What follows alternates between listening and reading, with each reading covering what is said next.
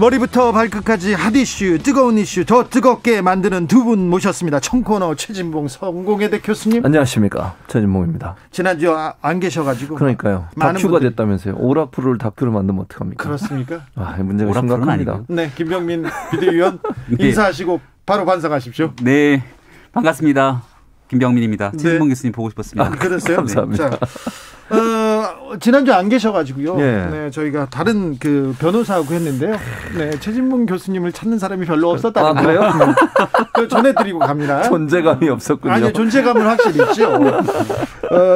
아무튼 많이 기다리고 있는 사람들이 많았어요. 감사합니다. LH 직원들의 땅 투기 의혹 일파만파 커지고 있습니다. 김병민 의원. 네, 상황이 무척이나 심각합니다.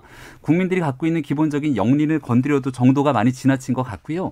이 문제가 과연 4월 7일 보궐선거 이전에 사건 실체 진실을 밝혀낼 수 있을 것인가.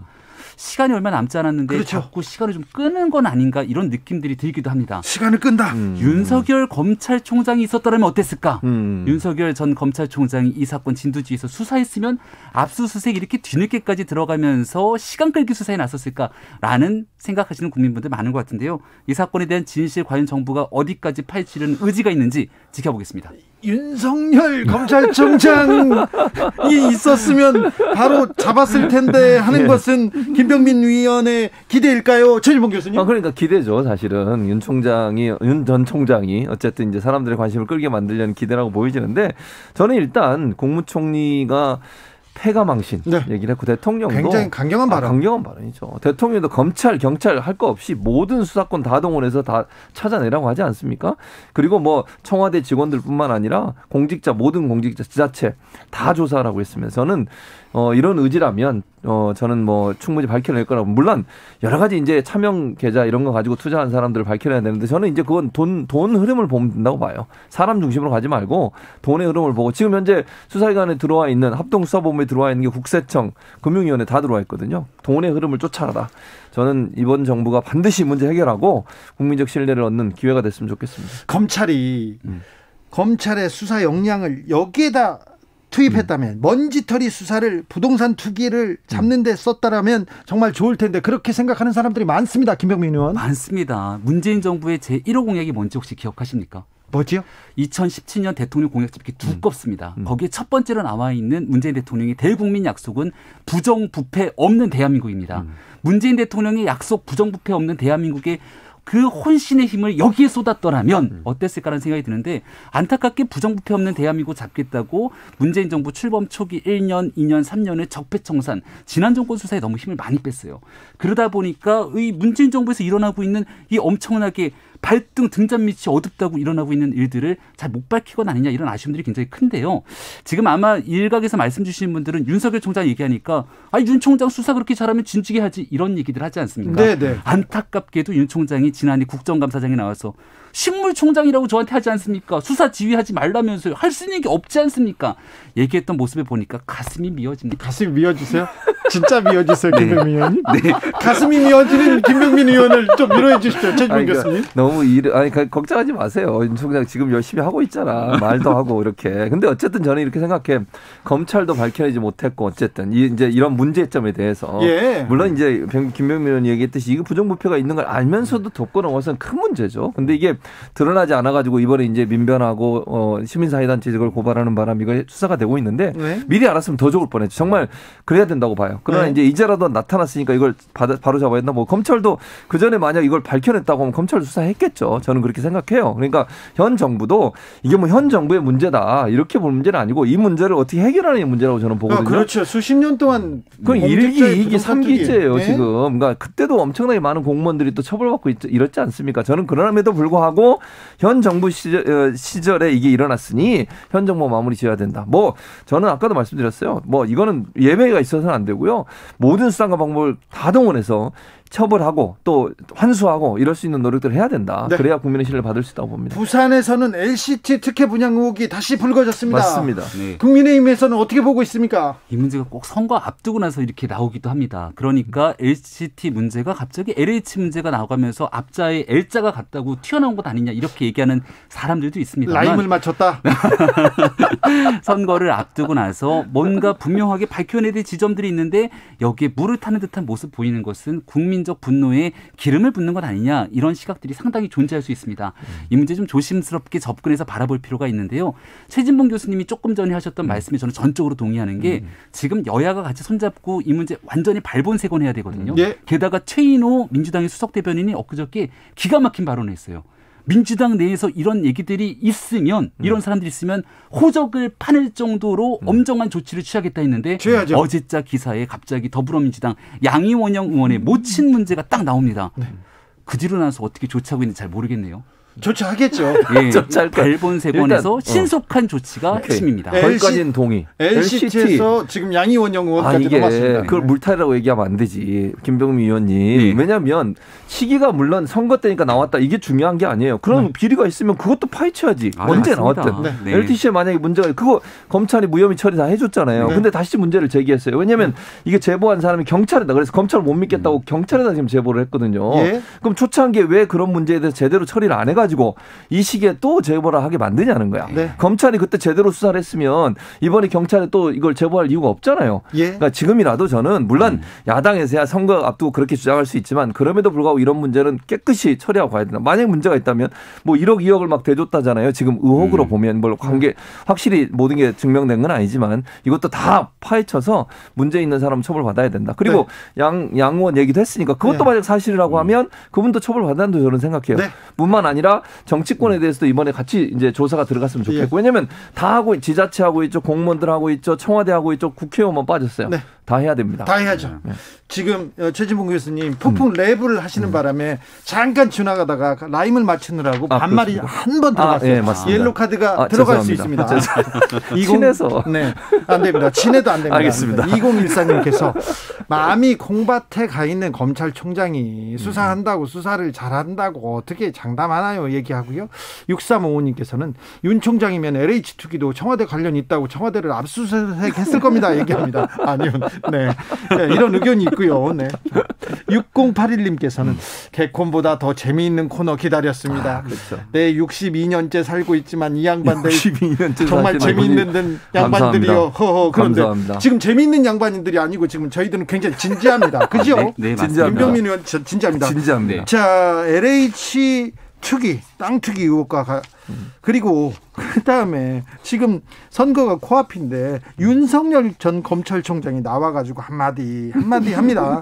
이게 지금 선거의 가장 중요한 이슈가 되고 있어요. 이 부분은 어떻게 보십니까? 윤석열 검찰총장 입장에서는 이제 본인의 직을 다 유지하면서 나왔으면 제일 좋았을 텐데 쫓겨나다시피 나온 것 아니겠습니까? 왜냐하면 임기 2년의 그 검찰청법에 따라 보장이 되고 있는데 추미애 장관이 떡하니 나가라고 떠밀었으니까 이 상황에서 중수처 설치까지 실질적으로 여건이 압박하고 있는 과정에 윤 총장이 딱 직을 걸고 나오게 됐죠. 그러면서 했던 마지막 말이 뭡니까? 부패 완판. 부패가 완전히 판을 치는 세상이 올 수 있다 경고했는데 그러고 나자마자 LH 사건이 떡하니 터집니다. 하루 만에. 윤 총장 입장에서는 본인도 얘기하고 나서 깜짝 놀랐을 거예요. 제가 부패 완판 얘기했는데 진짜 이렇게 나오네? 그리고 이 문제가 혹시 그럼 윤 총장이 그쪽에다 부동산 투기했을까요?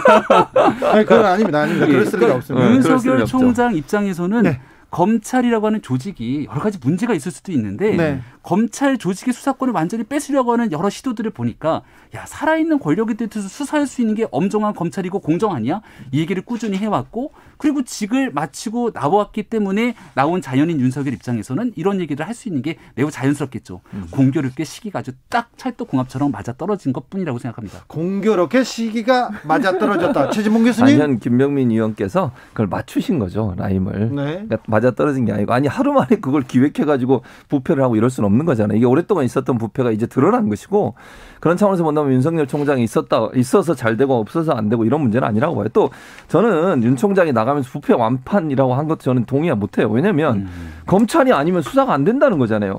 물론 뭐 경찰에 대해서 불신할 수 있다고 봅니다. 그러나 경찰이 수사하는 건 완전히 못 믿겠다고 얘기하면 안 되는 거 아니에요? 그리고 윤 총장 나가면 모든 게 없어집니까? 저는 수사하는 기관, 수사 또 검사들도 있고 윤 총장과 생각이 다른 검사들도 저는 있다고 생각해요. 부패가 판을 친다? 이렇게 너무 단정적으로 얘기하시는 것은 본인의 존재감을 너무 드러내신 거다. 그리고 이렇게 자꾸 말씀하시는 것도 지금 나간 지 며칠 되지도 않으셨는데 이렇게 자꾸 전직 검찰총장이 정치적인 발언도 하고 이러는 것도 저는 정치적 목적이라고 봐요. 본인이 이제 대선 후보로서 몸값을 키우고 본인에 대한 관심과 집중을 계속 받고 본인은 어쨌든 정부와 각을 세우고 어쩐 이런 정의라고 하는 개념의 관점에서 본인의 목소리를 내는 것이 본인한테 유리하다고 판단했을 가능성이 있다고 보거든요. 네. 그런 차원에서 전략적으로 이런 발언들을 하신다고 봅니다. 검찰의 수장이 정치적으로 연관이 되고 정치적 발언을 하고 퇴임하자마자 정치적인 메시지를 던지고 이거는 사회에 그닥 도움이 되거나 건강하지는 않지 않습니까? 그렇죠. 우리가 교과서에서 배웠던 민주주의와 정치 기본 관념으로 보게 되면은 뭔가 맞지 않는 일들이 상당히 많이 흘러가고 있습니다. 그래서 법으로 정해져 있는 검찰총장 2년의 임기를 보장해야 되는데 이걸 쫓아내려고 하다 보니까 여기에 맞서 싸우자니 어떻게 할 수 있는 도리가 없고 법으로 180녀석에 달하는 집권당이 그냥 막무가내로 밀어붙여서 검찰 조직 무력화시키는 법이 처리가 돼서 통과가 된다면 이걸 막을 수 있는 재간이 아무것도 없습니다. 그러면 이런 와중에 쓸 수 있는 유일한 카드가 국민들께 호소하고 설득할 수 있는 입만이 무기로 남아있다면 그 입을 쓰지 말아야 되는 것인가 이런 딜레마와 고민에 빠질 수밖에 없겠죠. 아마 윤석열 전 총장 입장에서는 지금도 일어나고 있는 많은 일들에 대해서 오직 국민의 관점에서 국민을 위한 검찰 조직이 잘 돌아갔으면 좋겠고 국가 권력에서 부패가 없었으면 좋겠다는 심정에서 얘기를 하고 있지 않을까라고 저는 생각합니다. 점심을 윤석열 총장하고 드시고 오셨어요? 전화 한 통 해본 적이 없습니다. 네. 자, 최지봉 교수님. 예, 저는 이렇게 생각해요. 지금 얘기를 해보면, 그러니까 김병민 의원님 말씀이 맞으려면 그러면 그 법에 대해서 얘기를 해야 돼요. 예컨대 왜 이런 법 만들려고 합니까? 이렇게 얘기하면 이해를 하겠어요. 제가 어느 정도. 그리고 그 법도 그래. 제가 이 문제 꼭 얘기하고 가려고 했는데 공식 발의도 안 된 상태예요, 지금. 그리고 당론으로 정해진 것도 없었고 그 당시에. 민주당이 그럼 당론으로 정해서 그걸 밀어붙였습니까? 아니 일부 의원들이 TF에서 그 얘기한 거예요. 그걸 이렇게 크게 키워가지고 본인의 사태의 빌미를 삼은 거, 명분을 삼은 것도 저는 윤 총장이라고 생각해. 저는요, 윤 전 총장이 그렇게 하신 것은 정치적으로 지금 이 시점에 나가는 것이 본인한테 가장 고점이다. 주가로 하면 따상 정도를 칠 수 있다.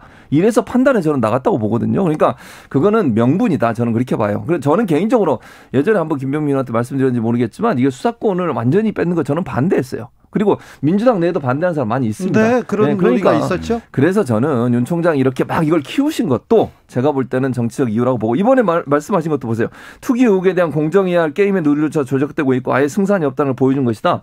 이게 검찰의 업무나 이 그 중대범죄수사청과 무슨 연관이 있습니까? 그러니까 너무 이렇게 얼마 그만두지 안지 얼마 안 되시는 검찰총장이 자꾸 정치적 발언을 하시는 것은 정치적인 어떤 활동을 한다는 오해를 불러일으키기에 충분하다는 거죠. 질문이 있습니다. 네. 국민의힘에서는 윤석열 총장이 나왔잖아요. 이제 자연인이 됐잖아요. 네. 그래서 국민의힘에서 품을 수 있을까요? 윤석열 총장을요? 네. 윤석열 전 총장이 아직까지 나 대권에 출마하겠다, 나 정치하고 싶다 이런 얘기를 한 번도 한 적이 없는 상황입니다. 하지만 윤석열 전 총장이 얘기하고 있는 일련의 과정들에 대해서 제가 긍정적인 평가를 계속 내리는 이유는 그동안 문재인 정부의 지난 숱한 기간 동안 우리가 얘기하고 알고 있는 상식의 범위를 벗어난 게 많거든요. 네. 이슈 티키타카 2부에서 이어집니다.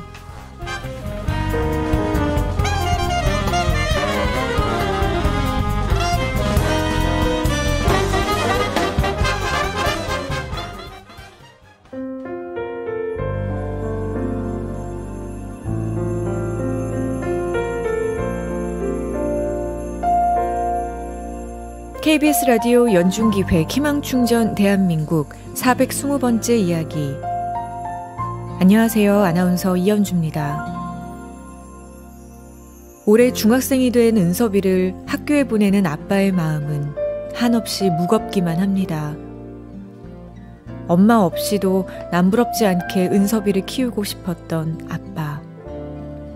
믿던 사람에게 사기를 당하고 늘어난 사채 빚에 하루하루 버티는 게 숙제가 된 지 오래입니다.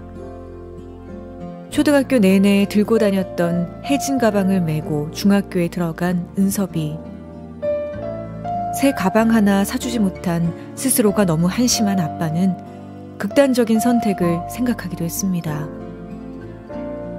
하지만 그런 아빠의 손을 잡아준 건 은섭이었습니다. 아빠에겐 내가 있다고 사랑한다며 밝게 웃어 보이는 은섭이 덕분에 오늘도 아빠는 용기 내어 한 걸음씩 앞으로 나아갑니다. 코로나19 여파로 사례자와 취재팀의 안전을 위해 사연으로 대신 전달합니다. 여러분의 따뜻한 손길이 희망의 빛이 됩니다. ARS 060-700-1580 060-700-1580 한 통화 3,000원으로 희망을 선물해 주세요. KBS 라디오 연중기획 희망충전 대한민국은 초록우산 어린이재단, 인탑스 주식회사 그리고 청취자 여러분과 함께합니다. ARS 060-700-1580 한 통화 3,000원입니다.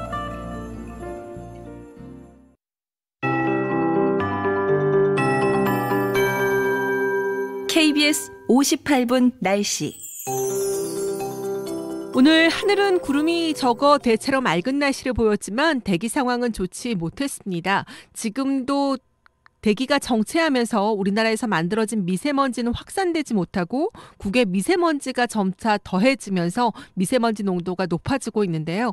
오늘 밤 수도권 지역과 강원 영서 지역, 세종과 충청남도, 충청북도, 광주, 전북, 제주권을 중심으로 나쁨 단계가 예상되고 내일도 수도권 지역과 충청권, 전라북도 지역을 중심으로 나쁨 단계가 예상되는 가운데 오전 중에 수도권 지역에 매우 나쁨 단계의 아주 탁한 대기질이 예상되고 있습니다. 이런 상황이기 때문에 내일 수도권 지역의 경우 고농도 미세먼지 비상 저감 조치가 발령된다는 점 염두에 두시는 것이 좋겠습니다.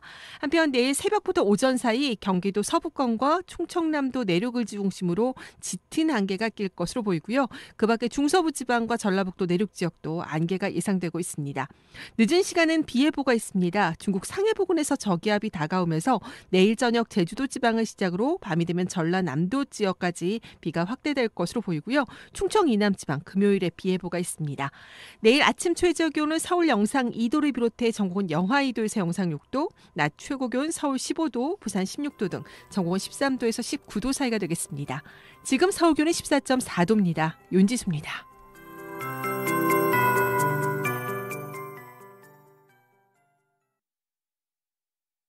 정성을 다하는 국민의 방송 KBS가 6시를 알려드립니다. AM 711kHz, FM 97.3MHz, KBS 1라디오입니다. HLKA.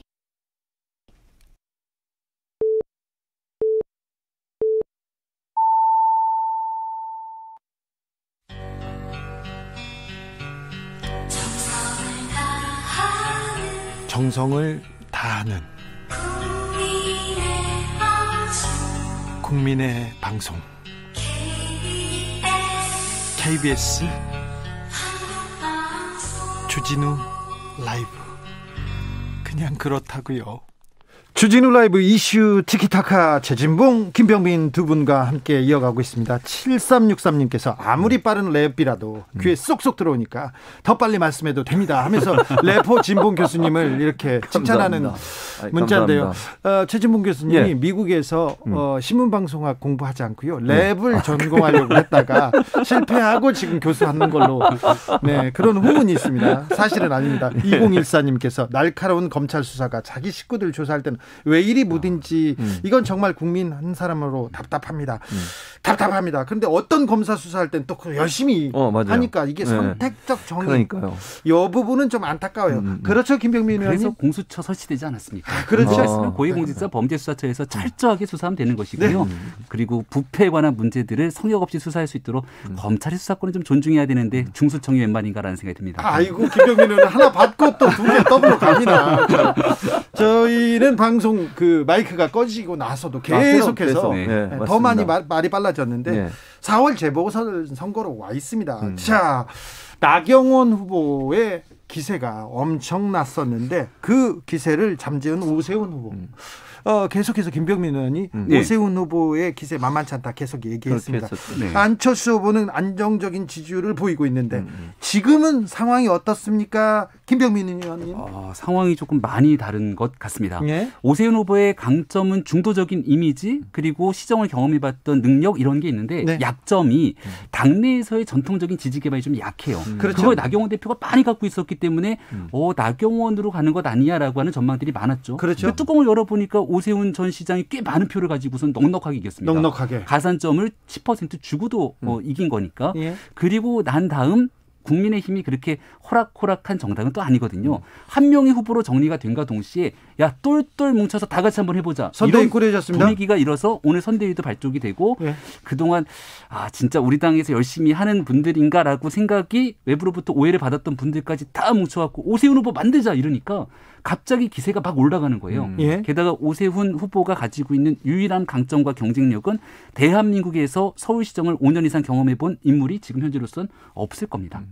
조순 후보 있습니다. 죄송합니다. 5년 이상 하셨네요. 네. 5년 이상. 5년 이상. 네. 네, 그런 방식이기 때문에 지금 있는 1년짜리 서울시장은 시작하자마자 4월 7일 선거 이후 4월 8일부터 1년 동안 무너진 서울시정을 회복해야 되거든요. 네. 거기에 대한 경쟁력을 바탕으로 지금부터 굉장히 센 행보들을 이어갈 거라고 확신합니다. 오세훈 후보는 서울시장 재선 후보입니다. 재선을 그렇죠. 한 서울시장입니다. 맞습니다. 그런데요. 예. 서울시장을 중도에 포기한 사람이기도 합니다. 그렇습니다. 성공적인 업적을 남겼다고는 할 수... 그렇게 볼 수는 없죠. 네. 그러니까 지금 말씀하신 것처럼 경험이 있는 건 분명해요. 네. 그러나 성공적으로 마친 건 아니잖아요. 본인이 그냥 투표하자 그래서 투표해가지고 결국 그렇게 된 거니까 네. 그걸 또 나경원 후보도 계속 공격을 했지 않습니까? 그래서 네. 그런 부분에 있어서는 성공한 서울시장이라고 보기는 어렵고 그럼에도 불구하고 오세훈 후보가 갖고 있는 경험은 중요하다고 저는 생각해요. 왜냐하면 서울시장으로서 일을 하면서 여러 가지 경험도 했고 또 잘한 일도 있어요. 다산 콜센터 같은 거 만든 거 이런 거는 잘했다고 저는 봐요. 그럼 저는 뭐 그런 점은 긍정적으로 보지만 직이라고 하는 것을 그렇게 함부로 그 투표에 던진 거 이건 저는 잘못됐다고 보고 네. 보편복지나 선별복지 가지고 계속 논란이 되는데 이제 시민의 마음을 얻지 못한 부분은 좀 아쉬운 부분이다. 다만 그럼에도 불구하고 오세훈 후보가 나경원 후보보다는 제 개인적으로 볼 때는 서울시장 후보로서 더 적합한 것은 분명히 보인다 이렇게 저는 생각합니다. 세빛둥둥섬은요. 네. 그건 국민의힘에서도 약간 좀 둥둥해 이렇게 얘기하지 않습니까? 오세훈 후보 혹시 주진우 라이브에 나왔나요? 안 나오셨어요. 한번 인터뷰를 꼭 해보세요. 그러면은 옛날 우리가 알던 오세훈 시장이 맞나라는 생각이 들 정도로 네. 지난 9년의 세월 동안 오세훈 후보가 많이 바뀌었습니다. 그래요? 그 오세훈 후보가 가졌던 조금 전에 얘기했던 그 시장으로서의 넉넉한 경험들은 그대로 탑재하고 네. 9년이라는 시간 동안 굉장히 험난한 정치 여정을 겪어서 네. 사람이 굉장히 겸손하면서 문제가 있는 부분들 인정할 건 인정하고 그러한 문제들과 과거의 과오들이 있기 때문에 남은 1년 주어만 주면 정말 최선을 다하겠다고 하는 그 열혈적인 모습을 보이고 있거든요. 한번 지켜보시면 아주 굉장히 다른 모습으로 과거의 과오를 딛고 새롭게 올라서는 오세훈 후보의 모습을 볼 수 있을 겁니다. 그래요? 저희도 인터뷰하고 싶은데요. 네. 너무 무시하시는 것 같아요. 아니, 되게 하고 싶어 하는데 불러주지 않는 상황인 것 같은데. 그래요? 하고 싶어 한다고요? 그럼요. 그 말이 어떤지 누가 맞는지 얘기하고. 자, 저희 모시고 싶어서 계속 지금 요청하고 있습니다. 다시 요청하겠습니다. 알겠습니다. 조혜성님께서 오세훈이든 나경원이든 최종 후보는 안철수 아닌가요? 이렇게 얘기하십니다. 단일화 협상이 잘 착착 진행되고 있고요. 과거처럼 뭐 서로 간에 기싸움하고 이런 모습이 별로 없을 겁니다. 단일화 협상 결과에 따라서 과연 누가 최종 후보가 되는지 국민 여러분들의 뜻에 따라 국민의 힘이 모이는 후보가 될 겁니다. 국민의 힘이 모인 이게 많이 준비했는데요. 어쨌든 저는 뭐 모르겠어요. 두 사람이 이제 경쟁을 해서 누가 되든 저는 뭐 별 관심은 없지만 어쨌든 그럼에도 불구하고 오세훈 후보가 많이 올라왔어요. 그건 분명해 보여요. 그러니까 네. 처음에 안철수 후보가 갖고 있었던 지지율에 비하면 오세훈 후보는 엄청나게 지금 치고 올라오는 상황이거든요. 예? 그래서 저는 이게 쉽게 안철수 후보가 반드시 될 거라고 단정적으로 얘기할 수 있는 상황은 아니다. 지금 상황은. 그렇죠. 상황 자체가 많이 바뀌었다는 거. 그럼 오세훈 후보가 뒷심을 발휘하면서 치고 올라오고 국민의힘 후보라고 하는 점이 또 강점으로 작용하고 있기 때문에 네. 저는 이 단일화 과정에서 오세훈 후보도 해볼 만하다 이제는. 네. 그래서 근소한 차이로 아마 결정이 날 거다 이렇게 예상이 됩니다. 지금 그런데 국민의힘에서 박영선 후보한테 화살을 던지고 있습니다. 안철수 후보가 양심이 있다면 피해 호소인 얘기한 남인순, 진선미, 고민정 세 사람 캠프에서 쫓아내야 된다 그랬더니 오늘 여기에 대해서 가부장적이다면서 좀 그 박영선 후보가 대응했어요. 그랬더니 어떤 후보였죠? 조수진 후보가 이거 쫓아내지 않는 것이야말로 가부장적이다 하면서 지금 공격하고 있습니다. 네, 일단은 박영선 후보 입장에서 가장 넘어서야 될 어려운 고비가 박원순 전 시장의 문제 때문에 치러지게 되는 이번 선거의 어려움들 네. 이런 것들을 극복하고 딛고 넘어가야 되는데 애석하게도 지금 나와 있는 남인순 의원 같은 경우 피해 호소인 발언 때문에 얼마나 이 문제에 대한 피해자에게 큰 아픔을 줬습니까? 예. 근데 과거에 있었던 이런 여러 가지 문제들을 우리가 복기해 보면 학폭에 대한 얘기들이 계속 불거져 나오는 것도 저 사람을 볼 때마다 과거의 아픔들이 계속 기억난다는 것 아닙니까? 과거에 있었던 문제를 딛고 서울시장 선거를 치르겠다고 하는데 이분들이 전면에 내세워갖고서는 선거를 치르게 되는 것이 과연 온당한 일일지는 저는 국민들께서 정말 넉넉하게 평가하고 판단할 일이라고 봅니다. 네. 일단 저는 이게 안철수 후보가 박영선 후보를 향해서 계속 사과가 뭐 진정서부터 저는 사과를 한 건 분명해요. 박영선 후보가 여성의 날 맞아서 진정으로 사과했잖아요. 민주당을 대표해서 다시 한번 사과드린다. 그리고 분명히 피해인에 대해서도 동일한 마음을 갖고 있다고도 얘기했어요. 저는 그건 인정해줘야 한다고 봐요. 박영선 후보가 그렇게 얘기한 거. 그다음에 이 세 분 같은 경우에 물론 남인순 후보도 나중에 입장을 바꿨어요. 제가 알기로는 그렇게 알고 있거든요. 그래서 물론 처음에 그런 얘기를 했으니까 피해를 당한 분인 입장에서 상당히 좀 마음의 상처가 있을 수 있죠. 그러나 지금 와서 여러 가지 조사 결과가 나오고 인권위 결과가 나와서 그걸 받아들여 가지고 그걸 바꿨다고 하면 저는 물론 뭐 정치적으로 비판할 수 있겠지만 이런 분들이 본인의 태도를 바꿔서 그분들에게 사과하고 또 그분을 피해자로 인정했다고 하면 더 이상 이 문제를 거론하는 것은 정치적 의도만이 있다고 보여져요. 우리가 2차 가해라는 얘기 하지 않습니까? 피해자 입장에서 2차 가해를 당했다고 주장을 했습니다. 근데 나중에 학교폭력 문제에서 내가 분명히 피해를 당했는데 시간 좀 지나고 나서 미안 그러고 나서 끝날 수 있는 문제인가는 좀 다른 얘기거든요. 피해자 중심주의라는 말을 입에 달고 살았던 정당이기 때문에 네. 더불어민주당이 과연 어떤 행동을 보일지는 저는 매우 중요한 이슈라고 봅니다. 김병민 의원님, 네. 상대당 후보가 지자체장이었어요. 지자체장에 있을 때 거기에 있는 임야를 가지고 있었는데 네. 임야에서 이게 보상을 받아서 수십억을 받아서 35억? 그렇다면 36억을 받았어요. 네. 그러면은 뭐라고 하실 거예요? 자, 오세훈 후보의 보상비, 네. 내곡동 임야 보상비 이 부분에 대해서 흑색선전이다 이렇게 얘기했는데 김병민 의원은 어떻게 드리블 할지 볼까요? 이 땅이 언제부터 갖고 있었을까요? 오래전부터 갖고 있었어요. 1970년에 상속을 받았던 땅인데 이 땅이 실질적인 토지에 대해서 규정이 됐던 때가 언제일까요? 오세훈 시장이 취임하기 전인 노무현 정부 때 일어났던 일입니다. 근데 그 문제를 가지고 이미 2010년도에 정리됐던 것을 다시 한번 끄집어낸다라고 얘기를 하게 된다면 과거에 있었던 병풍 사건의 어두운 그림자가 아른아른거리는 게 아닌가라고 생각할 수밖에 없기 때문에 우리 조금 전에 얘기할 시간이 좀 있나요? 네. 30초만.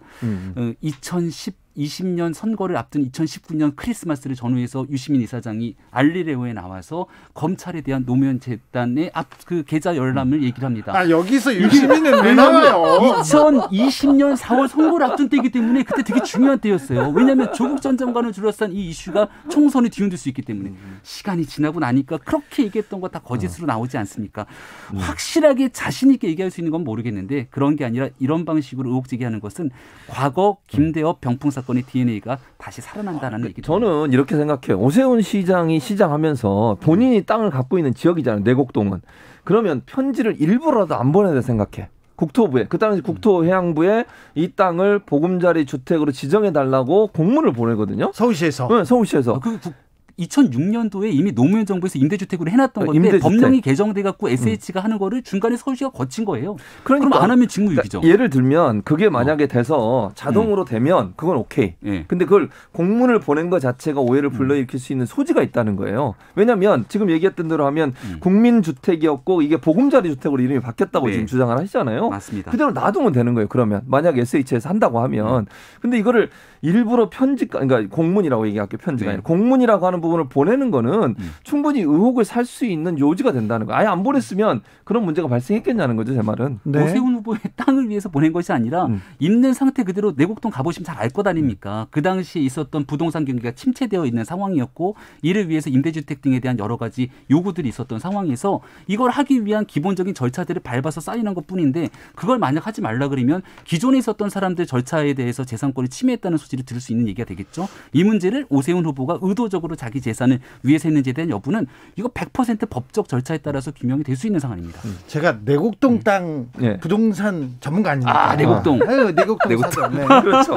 근데 내곡동 땅을 이렇게 이명박 전 대통령 사저 주변을 가봤더니 그때 저 위에 산에 골짜기에 이상득 전 의원의 땅이 딱 있는 거예요. 그리고 오세훈 전 시장에 그 땅이 또 있더라고요. 공교롭게. 내곡동 터가 좋아요. 터가 좋습니까? 제가 서초에서 지방원에서 내곡동을 잘합니다. 아, 그렇죠. 좋은 땅이죠. 좋은 땅입니다. 자, 김종인 비대위원장 임기가 4월 7일인데 재보선까지인데 그 이후에 어떻게 됩니까? 김종인 위원장의 이 정치 성격상 그 다음을 잘 안 봅니다.